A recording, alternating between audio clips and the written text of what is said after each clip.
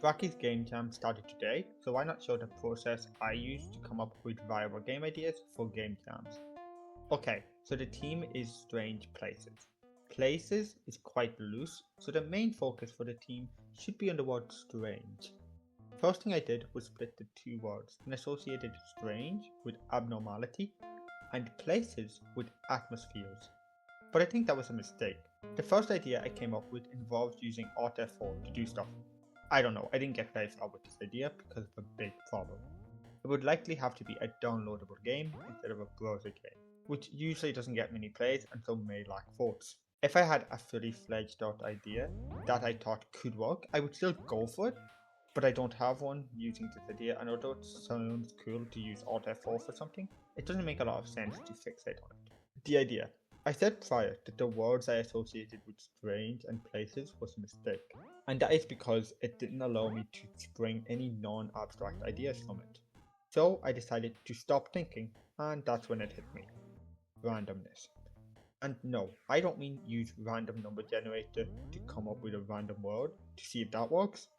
Game Jam teams already do that for you. Randomness is the strange. But why not also make the lack of randomness the strange? Let me explain. Randomness is a fundamental part of many games, most notably with generative puzzle games such as Minesweeper. So why not explore the idea through games that traditionally have different levels of randomness and see how they fare at progressively more and more randomness, starting with none. We can have a traditionally zero random game like a single screen platformer, a game with setup randomness such as Minesweeper, a simple math puzzle that relies on random numbers called Vehicle Game, and two more games. Why am I not naming the other two? Because I'm not sure what they are yet. Okay, so we got the general idea, but we don't have the game yet. We need to figure out how all these games are connected. If it isn't obvious by now, the places are the different games. And given that they are different games, the easiest settings to have is an arcade with 5 different machines. Each day you get 10 credits to play the games of your choice before the next day starts.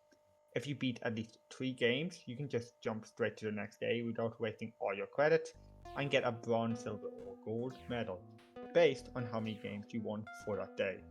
The only thing left to solve is how randomness is found. For the first day, randomness is a foreign concept, and every day after it becomes a miracle drug that's used for increasingly more and more things as it brings life to otherwise mostly stale games. So there is 2 approaches that seems viable for this.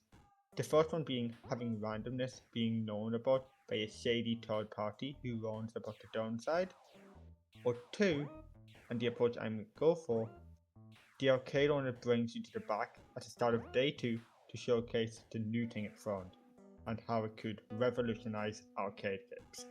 Either way, it's quite a strange place. So yeah, that's the video.